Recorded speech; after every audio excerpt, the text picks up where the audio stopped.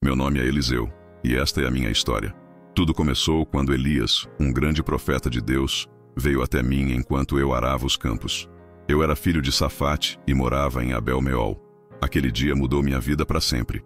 Elias passou por mim e jogou seu manto sobre mim, um gesto que eu sabia que representava um chamado para servir a Deus. Sem hesitar, deixei os bois e corri atrás de Elias. Deixe-me, por favor, dar um abraço nos meus pais, e então te seguirei, eu disse. Ele respondeu, vai e volta, pois que te fiz. Assim, voltei, e tomei a junta de bois, ofereci em sacrifício. Com os instrumentos do arado, cozinhei a carne, e a dei ao povo, e eles comeram. Depois, me levantei e segui Elias. Os anos ao lado de Elias foram de aprendizado e preparação. Vi muitos milagres, e aprendi muito sobre a fidelidade de Deus. Elias era um homem de fé inabalável e corajoso. Eu aspirava a ter uma fé como a dele. Um dos momentos mais marcantes foi quando Elias enfrentou os profetas de Baal no Monte Carmelo. Ele zombou da ineficácia deles em invocar fogo do céu e, em seguida, com uma oração simples, trouxe fogo do Senhor que consumiu o sacrifício, a lenha, as pedras e o pó, e até lambeu a água que estava no rego ao redor do altar. Aquele dia, o poder de Deus foi claro, e o povo de Israel reconheceu que o Senhor é Deus. Depois do triunfo no Monte Carmelo, vivenciei muitos outros eventos ao lado de Elias. Cada momento ao seu lado era uma lição sobre a natureza de Deus e seu poder, mas o mais extraordinário foi o dia de sua partida. Elias sabia que sua hora havia chegado. Ele me pediu que ficasse enquanto ele ia a Betel, mas eu sabia que este era um momento crucial, e insisti, vive o Senhor, e vive a tua alma que te não deixarei. Assim, fomos juntos a Betel. Em Betel, os filhos dos profetas me avisaram sobre o que estava para acontecer com meu mestre. Eu já sabia, e pedi que se calassem. Depois, Elias me pediu novamente para ficar enquanto ele ia a Jericó. Mas novamente eu disse, vive o Senhor e vive a tua alma que te não deixarei. E assim fomos a Jericó. Novamente, os filhos dos profetas me avisaram, e novamente pedi que se calassem. Então fomos juntos ao Jordão. Elias pegou seu manto, enrolou-o e feriu as águas que se dividiram para nós dois atravessarmos em terra seca. Enquanto caminhávamos, Elias me perguntou, pede-me o que quiseres que eu te faça antes que seja tomado de ti. Eu pedi, peço-te que haja porção dobrada de teu espírito sobre mim. Ele disse, coisa difícil pediste. Contudo, se me vires quando for tomado de ti, assim se fará a ti. Porém, se não me vires, não se fará. E enquanto ainda falávamos, eis que um carro de fogo com cavalos de fogo nos separou um do outro, e Elias subiu ao céu num redemoinho. Eu vi e clamei, meu pai, carro de Israel e seus cavaleiros. E nunca mais o vi. Então, peguei as minhas próprias vestes e as rasguei em duas partes, refletindo sobre esses eventos extraordinários e sobre o caminho que agora eu trilhava. Percebi a profundidade da responsabilidade que carregava. Era um peso, mas também um privilégio imenso. O manto de Elias, agora sobre meus ombros, era mais do que um símbolo. Era um lembrete constante do chamado para servir a Deus e ao seu povo com todo o meu ser. Eu ponderava sobre as palavras de Elias e sobre os milagres que ele realizou. Cada um deles não era apenas um ato de poder, mas uma lição sobre a natureza e o caráter de Deus. Agora era minha vez de continuar essa jornada, de ser um canal através do qual o amor, a justiça e o poder de Deus poderiam fluir. Eu sabia que não estaria sozinho nessa jornada. Deus, que havia estado com Elias, estaria comigo. O mesmo Deus que respondeu a Elias no Monte Carmelo, que dividiu as águas do Jordão e que realizou tantos outros feitos extraordinários, estaria ao meu lado. Eu confiava que, em cada desafio que enfrentasse, sua sabedoria e força me guiariam. Ao mesmo tempo, reconhecia minha própria humanidade. Eu tinha dúvidas e medos, como qualquer outro, mas sabia também que a verdadeira força vem em reconhecer nossa dependência de Deus. A fé não significava a ausência de dúvidas, mas sim a coragem de seguir em frente apesar delas, confiando que Deus estaria comigo, guiando cada passo, assim como havia guiado Elias. Portanto, enquanto caminhava pelas terras de Israel carregando o legado de Elias e a missão que Deus me confiou, Eu refletia constantemente sobre essas verdades. Cada dia era uma nova oportunidade para aprender, crescer e servir. Em cada ato de serviço, eu via a mão de Deus se movendo, não apenas na minha vida, mas na vida de todo o povo de Israel. A jornada não seria fácil, mas seria repleta de propósito e significado, guiada pela mão do Deus que chama, capacita e usa seus servos para a sua glória e para o bem de seu povo. Peguei o manto que tinha caído de Elias, voltei e parei à margem do Jordão. Com o manto de Elias, bati nas águas e disse: Onde está o Senhor, o Deus de Elias? Quando fiz isso, as águas se separaram para os dois lados e eu atravessei. Os filhos dos profetas que estavam em Jericó viram isso e disseram: O espírito de Elias está sobre Eliseu. Eles vieram até mim e se curvaram diante de mim. Agora, como portador do manto de Elias, eu estava diante de um novo capítulo em minha vida. Minha primeira ação como profeta aconteceu quando os homens de Jericó vieram até mim, reclamando que as águas da cidade eram ruins e a terra não produzia nada. Eu disse: Tragam-me um prato novo e coloquem nele sal. Eles fizeram o que pedi. Então fui até a fonte das águas, joguei o sal e disse: Assim diz o Senhor, curei essas águas. Daqui em diante não haverá mais morte nem esterilidade. E as águas ficaram boas até hoje, conforme a palavra que eu havia dito. Enquanto seguia de Jericó para Betel, alguns jovens me provocaram gritando: Sobe, careca! Sobe, careca! Eu me virei para eles e amaldiçoei em nome do Senhor. Então, 2 ursas saíram do mato e despedaçaram 42 daqueles jovens. Foi um tempo em que o respeito pela palavra de Deus e por seus servos era essencial, e a blasfêmia não era aceita. Depois do incidente com os jovens em Betel, fui levado a um novo capítulo em minha missão, guiado por Deus e ciente da responsabilidade que agora carregava como profeta do Senhor. Eu, Eliseu, caminhava sozinho, refletindo profundamente sobre o que acabara de acontecer. A zombaria dos jovens não só me atingiu pessoalmente, mas também desafiou a autoridade que Deus havia me dado. A resposta divina à minha maldição foi imediata e severa. Um lembrete forte do poder de Deus e da seriedade com que ele via o respeito por seus servos. Contudo, no fundo de seu coração, Eliseu se perguntava: será que fui muito duro ao amaldiçoar esses jovens? Será que minha reação foi motivada por orgulho ferido ou preocupação genuína com a honra de Deus? Essas perguntas ecoavam em sua mente, misturando-se com o sentimento de tristeza pelos jovens e suas famílias. Ele sabia que a responsabilidade de um profeta não era apenas ser um instrumento de julgamento, mas também de misericórdia e compreensão. Refletia sobre a natureza do ministério, que muitas vezes colocava seus portadores em situações de grande tensão emocional e espiritual. A linha entre defender a santidade de Deus e ter compaixão por aqueles que ainda estavam aprendendo a andar em seus caminhos era delicada e complexa.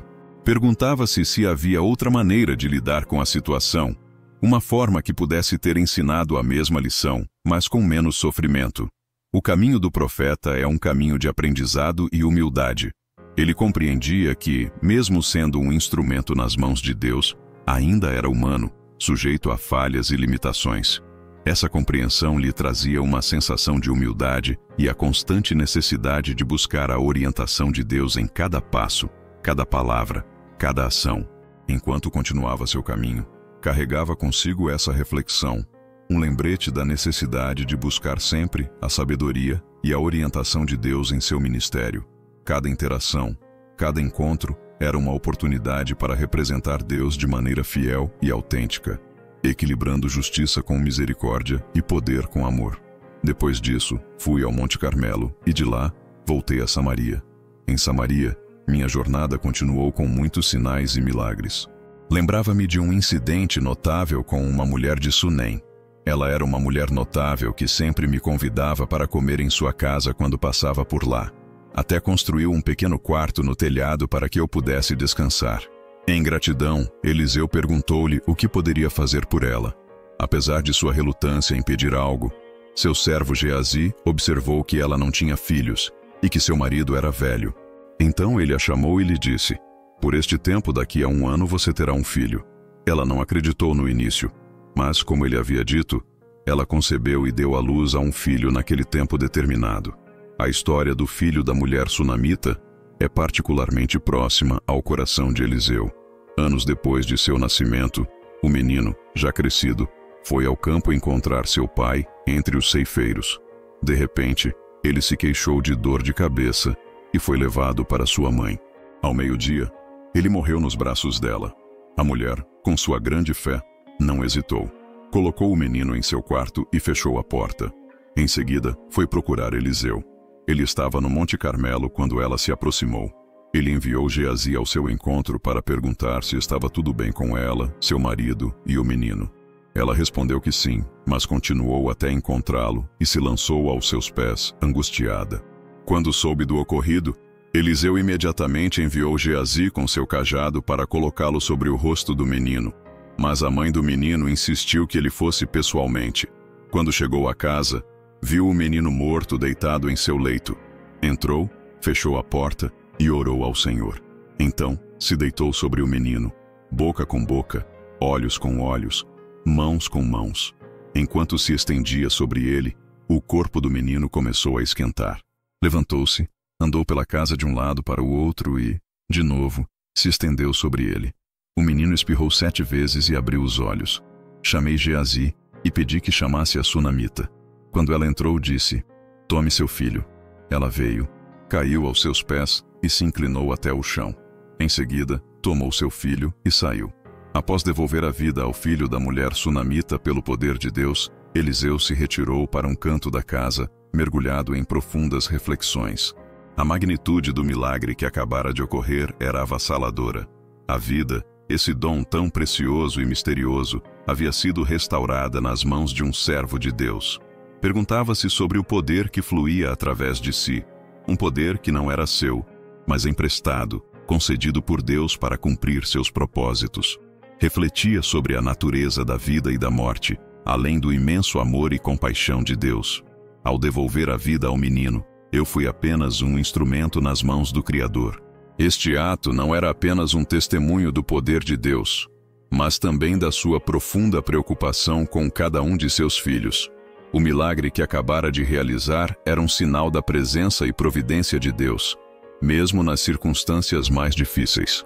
Pensava também na fé da mulher sunamita, sua determinação em buscar ajuda e sua recusa em aceitar a morte do filho. Como o fim falavam muito sobre a natureza da fé verdadeira.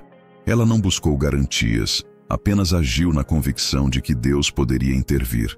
Sua fé era um poderoso lembrete para mim de que, mesmo como profeta, minha confiança deveria sempre residir não nas minhas próprias habilidades, mas na fidelidade e no poder de Deus.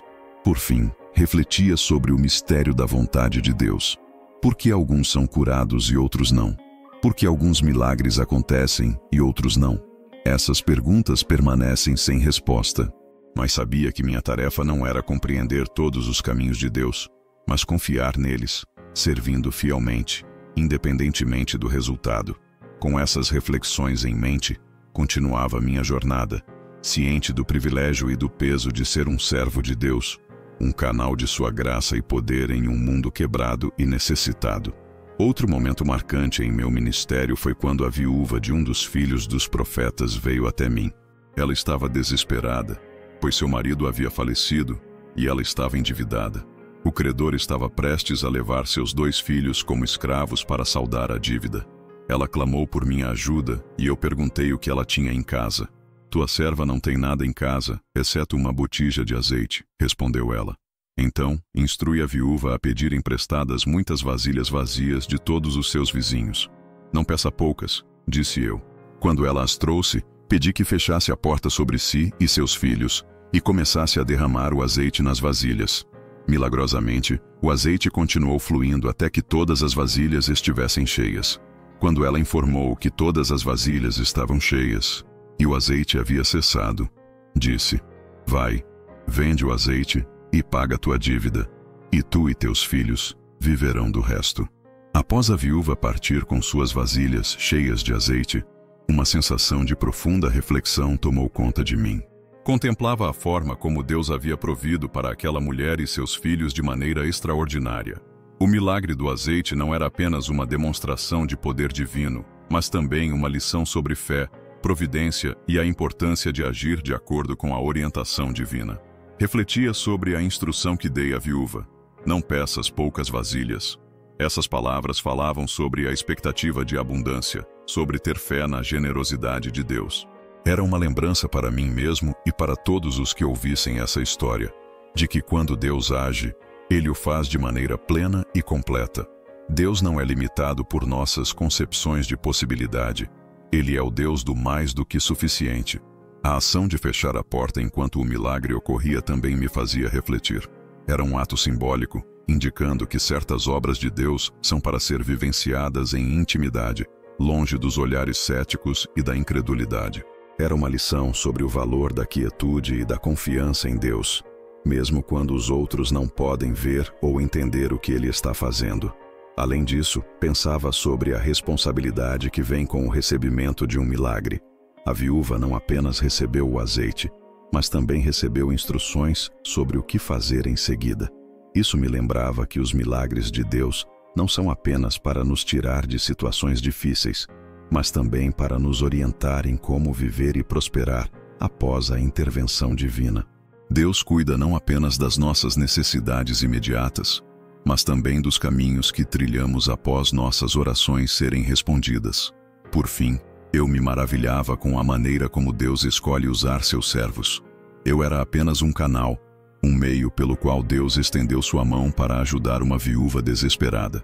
Este ato reforçava em mim a humildade e a gratidão por ser usado por Deus para abençoar outros, lembrando-me constantemente de que todo o poder e toda boa dádiva vem dele. Outra vez, durante uma fome, eu estava com os filhos dos profetas em Gilgal. Quando estávamos sentados diante de mim, disse ao meu servo: põe a grande panela e faz um caldo para os filhos dos profetas.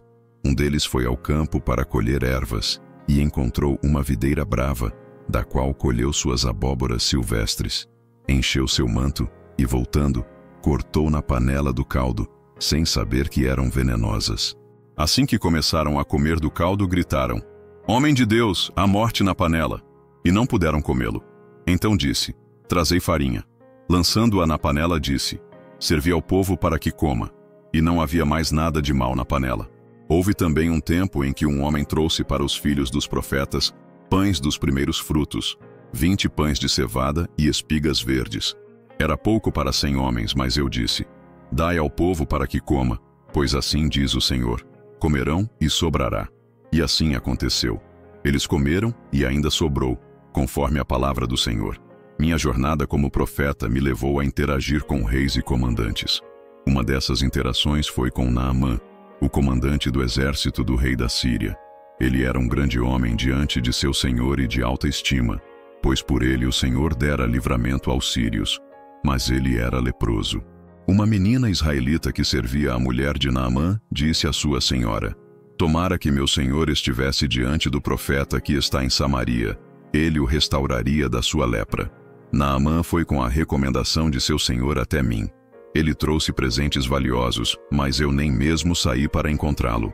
Em vez disso, enviei um mensageiro para dizer-lhe: vai e lava-te 7 vezes no Jordão, e tua carne tornará a ser como a de uma criança e ficarás limpo. Naamã, irritado por não ter sido tratado com mais deferência e por ser instruído a banhar-se em um rio israelita, recusou-se inicialmente, mas seus servos o convenceram a seguir minha instrução. Ele mergulhou no Jordão 7 vezes, conforme a palavra do homem de Deus, e sua carne se restaurou, e ele ficou limpo como a carne de um menino. Depois disso, Naamã voltou para mim, com todo o seu séquito, e se apresentou diante de mim, dizendo: agora eu sei que não há Deus em toda a terra, além de Israel. Então, aceita um presente de teu servo. No entanto, eu disse: pela vida do Senhor, diante de quem estou, que não aceitarei. Ele insistiu, mas eu recusei. Naamã, então, pediu terra para levar consigo tanto quanto 2 mulos pudessem carregar, pois ele não mais faria sacrifícios a outros deuses, apenas ao Senhor.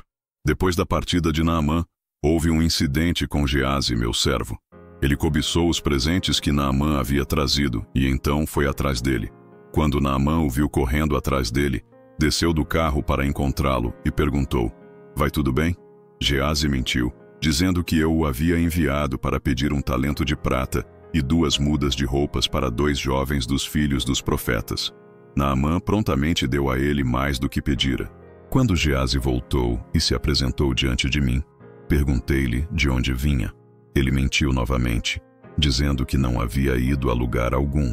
Mas eu sabia da verdade e disse: por acaso meu coração não estava contigo quando aquele homem se virou do seu carro ao teu encontro? Era hora de receber dinheiro, de receber roupas, olivais, vinhas, ovelhas, bois, servos e servas. Portanto, a lepra de Naamã se pegou a ti e a tua descendência para sempre. E Geazi saiu da minha presença leproso, branco como a neve. Depois da partida de Geazi, meu coração estava pesado com reflexões. A tristeza por seu ato desonesto e a gravidade do castigo que lhe impus ocupavam meus pensamentos. Eu, Eliseu, como profeta de Deus, tinha sido colocado em uma posição de grande autoridade e poder, e com isso vinha uma enorme responsabilidade. A situação com Geazi era um lembrete doloroso das consequências da corrupção e da ganância, e da importância da integridade no serviço a Deus. Refletia sobre o relacionamento de um líder com seus discípulos e servos. Geazi havia estado comigo durante muitos eventos significativos e havia testemunhado inúmeros milagres. Ainda assim, ele sucumbiu à tentação do ganho material. Isso me fazia questionar: será que eu falhei em algum aspecto do meu ensino ou exemplo como líder espiritual? A conduta de Geazi era também um reflexo do meu ministério. Essa reflexão me levava a ponderar sobre a importância de não apenas ensinar, mas também viver os princípios que pregamos. A mentira de Geazi e sua subsequente punição eram um lembrete de que Deus vê e julga todas as nossas ações. Como profeta, eu tinha uma percepção aguçada da justiça divina e sabia que a mentira, especialmente em questões relacionadas ao serviço divino, não poderia ser tolerada. Entretanto, a severidade do castigo me fazia ponderar sobre a natureza da justiça de Deus, que é sempre equilibrada com sua misericórdia. Eu me perguntava se haveria espaço para o arrependimento e a restauração de Geazi. Além disso, a situação com Geazi me fazia refletir sobre os perigos do materialismo e como ele pode desviar até mesmo aqueles que estão perto da verdade. O desejo por riquezas e conforto material é uma tentação constante, e mesmo aqueles que andam com Deus podem ser desviados. Isso reforçava em mim a importância de ensinar e exemplificar uma vida de simplicidade, contentamento e foco nas coisas espirituais. Por fim, eu me lembrava que cada ação tem suas consequências, tanto para nós mesmos quanto para os outros ao nosso redor. A punição de Geazi não afetaria apenas a ele, mas também a sua descendência. Isso trazia uma conscientização dolorosa sobre o impacto duradouro de nossas escolhas e a responsabilidade que temos em viver de maneira justa e íntegra. Com essas reflexões, eu continuava meu caminho, ciente dos desafios do ministério e da constante necessidade de buscar sabedoria e orientação em Deus, tanto para mim quanto para aqueles sob minha orientação. Outra vez, os filhos dos profetas me disseram que o lugar onde morávamos era pequeno demais para nós. Eles propuseram ir ao Jordão cortar madeira e construir um lugar maior. Eu concordei e fui com eles. Enquanto um deles estava cortando madeira, o ferro do machado caiu na água. Ele gritou: "Ai, meu senhor!", pois era emprestado. Perguntei onde caíra e ele me mostrou o lugar. Então cortei um pedaço de madeira, lancei-o ali e o ferro flutuou. Eu disse: "Levanta", e ele estendeu a mão e o tomou. Após o incidente com o ferro do machado que flutuou no Rio Jordão, eu, Eliseu, me retirava para um momento de introspecção e reflexão. Aquele milagre, embora menor em comparação com outros que Deus havia operado através de mim, carregava lições profundas e significativas. A simplicidade do milagre, o restabelecimento de um objeto emprestado, me fazia ponderar sobre a atenção e cuidado de Deus, mesmo nas pequenas coisas da vida. Refletia sobre a importância do cotidiano e como Deus se interessa pelas nossas preocupações diárias. O jovem profeta estava preocupado com algo que muitos poderiam considerar trivial, um machado emprestado. Mas para Deus, cada preocupação nossa é digna de atenção. Isso me lembrava de que, como servo de Deus, Eu deveria cultivar a mesma sensibilidade e compaixão pelas pequenas necessidades das pessoas ao meu redor. Pensava também sobre a natureza dos milagres e como eles não precisam ser sempre grandiosos ou espetaculares. Deus trabalha tanto nas coisas grandiosas quanto nas minúsculas, e cada milagre, grande ou pequeno, é uma demonstração de seu poder e amor.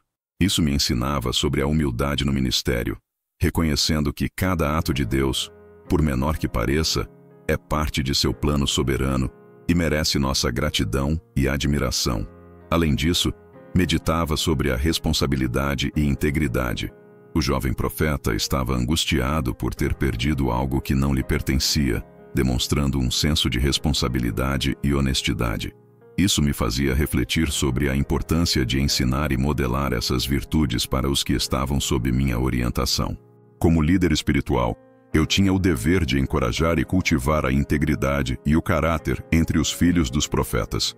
Em outra ocasião, durante uma fome, um homem trouxe a Eliseu pães dos primeiros frutos, 20 pães de cevada e espigas de grão verde. Era pouco para tantos homens, mas eu disse: dai ao povo para que coma, pois assim diz o Senhor. Comerão e sobrará. E assim aconteceu. Eles comeram e ainda sobrou, conforme a palavra do Senhor. Eu continuava meu caminho, cada vez mais ciente da presença constante de Deus em todos os aspectos da vida e mais comprometido em confiar nele em todas as circunstâncias, sabendo que ele cuida de cada detalhe. Houve uma época em que o rei da Síria fazia guerra contra Israel. Ele tinha planos secretos, mas eu era capaz de revelar esses planos ao rei de Israel. Toda vez que o rei da Síria planejava uma emboscada, eu enviava uma mensagem ao rei de Israel avisando-o para não passar por aquele lugar. Isso frustrou o rei da Síria, que suspeitou de traição entre seus próprios homens. Mas um de seus servos disse que não era nenhum de nós, meu senhor, o rei, mas Eliseu, o profeta, que está em Israel, quem conta ao rei de Israel as palavras que tu falas no teu quarto de dormir. Furioso, o rei da Síria enviou cavalos, carros e um grande exército à noite para cercar a cidade onde eu estava. Pela manhã, meu servo viu o exército e ficou aterrorizado. Ai, meu senhor, que faremos? Ele perguntou. Eu respondi: não temas, porque mais são os que estão conosco do que os que estão com eles. Então orei ao Senhor. Peço-te, Senhor, que lhe abras os olhos para que veja. E o Senhor abriu os olhos do moço, e ele viu que o monte estava cheio de cavalos e carros de fogo ao redor de Eliseu. Quando os sírios atacaram, orei ao Senhor: deixa esse povo cego. E ele os deixou cegos, como eu havia pedido. Então disse aos sírios: este não é o caminho, nem esta é a cidade. Sigam-me, e eu os guiarei até o homem que procuram. E os levei a Samaria. Quando chegamos em Samaria, orei: Senhor, abre os olhos deles para que vejam. E o Senhor abriu os olhos deles, e eles perceberam que estavam no meio de Samaria. O rei de Israel, ao vê-los, perguntou: meu pai, devo matá-los? Respondi: não os mate, alimente-os e dê-lhes água. Depois, deixe-os voltar ao seu senhor. Foi preparado um grande banquete para eles. Depois de comerem e beberem, foram embora, e os sírios nunca mais entraram na terra de Israel. Após o incidente com os sírios, Samaria estava cercada por um exército sírio. A fome na cidade ficou tão severa que uma cabeça de jumento era vendida por 80 peças de prata e um quarto de um cacho de esterco de pombo por 5 peças de prata. Enquanto isso, o rei de Israel andava pela muralha, e uma mulher gritou para ele pedindo ajuda. Ela contou uma história terrível de desespero e canibalismo que abalou o rei. Ele rasgou suas roupas, e o povo viu que ele estava usando o saco por dentro, sobre a sua pele. O rei de Israel culpou a mim, Eliseu, por essa calamidade e jurou tirar minha cabeça. Quando ele enviou um mensageiro para executar sua ordem, eu estava sentado em minha casa e os anciãos estavam comigo. Antes que o mensageiro chegasse, eu disse aos anciãos: vejam como o filho de Acabe envia alguém para tirar minha cabeça. Quando o mensageiro chegou, disse: ouvi a palavra do Senhor. Assim diz o Senhor: amanhã, a estas horas, na porta de Samaria, um cesto de flor de farinha será vendido por uma peça de prata, e 2 cestos de cevada por uma peça de prata. O oficial em cujo braço o rei se apoiava, respondeu ao homem de Deus: ainda que o Senhor abrisse janelas no céu, poderia tal coisa acontecer? Respondi: Você verá isso com seus próprios olhos, mas não comerá dele. Aconteceu que 4 leprosos estavam à entrada da cidade e disseram uns aos outros: Por que ficamos aqui até morrermos? Se entrarmos na cidade, a fome nos matará. E se ficarmos aqui, também morreremos. Vamos nos entregar ao exército dos sírios. Se nos deixarem viver, viveremos. E se nos matarem, morreremos. Eles foram até o acampamento sírio e descobriram que estava vazio. O Senhor fez o exército sírio ouvir o som de carros, cavalos e um grande exército. Então fugiram, deixando para trás tudo o que possuíam. Os leprosos comeram e beberam e levaram prata, ouro e roupas e esconderam-nas. Depois voltaram e entraram em outro pavilhão e também levaram coisas dali e as esconderam.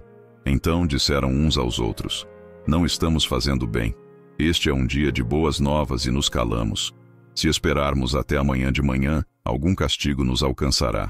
Vamos então anunciá-lo à casa do rei. Eles foram e chamaram os porteiros da cidade e lhes contaram, dizendo: Fomos ao acampamento dos sírios, e eis que não havia ninguém, nem voz de homem, mas cavalos atados, jumentos atados, e as tendas como estavam. Os porteiros gritaram, e a notícia foi anunciada dentro da casa do rei. O povo saiu e saqueou o acampamento dos sírios. Assim, 1 cesto de flor de farinha foi vendido por 1 peça de prata e 2 cestos de cevada por 1 peça de prata, conforme a palavra do Senhor. Essas histórias da minha vida refletiam o poder de Deus em meio à adversidade, a graça em tempos de desespero e a promessa de provisão mesmo nas situações mais difíceis. Elas continuavam a fortalecer minha fé e me ensinar a confiar em Deus acima de tudo, lembrando-me de que Ele está no controle, mesmo quando tudo parece perdido. Essas experiências me mantinham humilde e dependente de Deus, reconhecendo que Ele é a fonte de toda sabedoria e poder, e que, apesar das circunstâncias, seu plano é perfeito e eterno. Inscreva-se no canal, curta e compartilhe essa mensagem com as pessoas que você ama. Juntos, podemos espalhar fé e esperança.